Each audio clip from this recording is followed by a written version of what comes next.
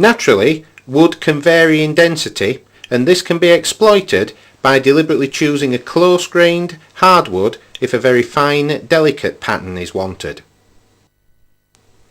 For most chatter tool work such as goblet bases, coasters, box lids and such like, around 1000 RPM would be a safe starting point.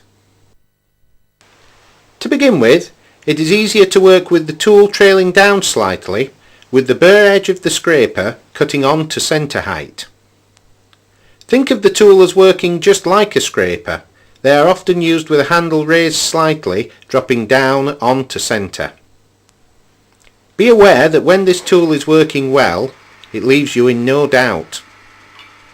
The tool produces a high-pitched screeching sound when in use.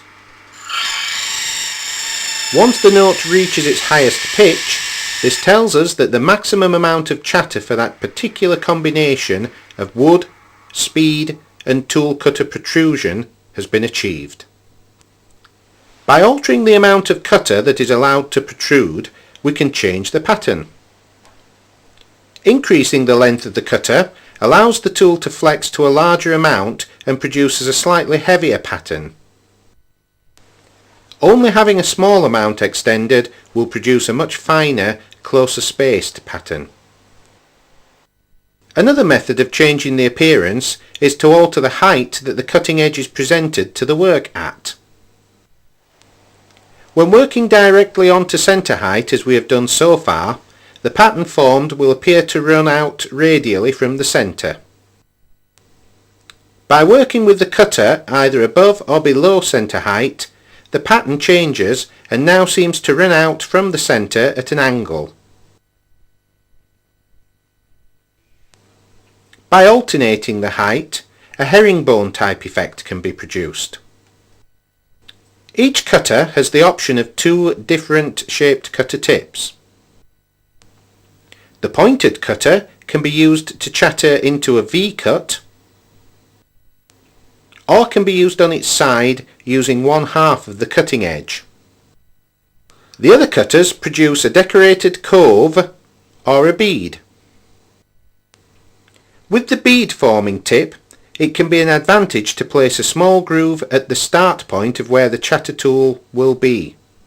By placing one of the outer points of the tip into this groove and pivoting the tool around, the chances of the tool wanting to skip or skate over the surface of the wood is minimised. Experiment by using different techniques to refine and highlight an area of chatter work.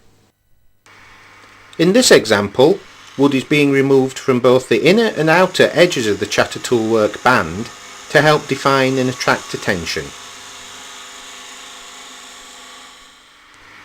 The contrast between the plain wood and the chatter work is enhanced, and it allows a chance to create very crisp, defined stop and start points for the patterned area. The shadow line created by raising up the pattern band also helps to draw attention and create interest. As another option, why not consider creating a small band of chatter work and then part it away to produce a small patterned insert.